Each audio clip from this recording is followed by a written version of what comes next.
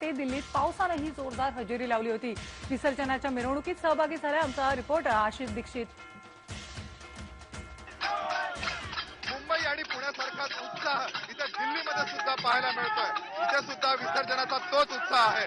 कोल्हापूरहून आलेलं हे शायनिंग युवक मंडळ आहे आणि ते इथे जोरदार आनंदात विसर्जन करताना आपल्याला दिसतात। दिल्लीमध्ये 18 मोठी मंडळं आहेत आणि या सगळ्यांचं एकत्र विसर्जन इथे 10व्या दिवशी होताना दिसतंय।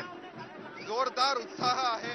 जो उत्साह मुंबई पुण्याच्या रस्त्यांवर दिसतो तोच उत्साह इथे सुद्धा दिसतोय आणि या विसर्जनाच्या वेळेस यमुनेला सुद्धा उत्साह आला आहे। पुरामुळे यमुना दुथडी भरून वाहतीये आणि याच उत्साहात आता इथे दिल्लीतल्या सगळ्या गणपतींचं विसर्जन होतंय। व्हिडिओ जर्नलिस्ट अमित पालगिल सोबत आशिष दीक्षित, IBN लोकमत, नवी दिल्ली। हाच उत्साह आपण राज्यभरात बघू शकतो। अगदी मुंबई पुण्यात नाही, हैदराबादमध्ये नाही तर पार दिल्लीत सुद्धा अशा प्रकारे गणपतीचं विसर्जन केलं जात आहे आणि त्याच उत्साहात त्याच मिरवणुकीमध्ये गणपतीचं हे विसर्जन दिल्लीमध्ये केलं जात आहे।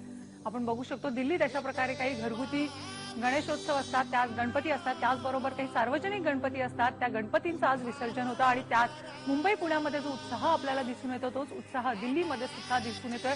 अगदी पारंपरिक पद्धतीने आरती करून, अगदी विसर्जनाची आरती करून अशा प्रकारे यमुनेमध्ये या गणपतींचं विसर्जन केलं जात आहे।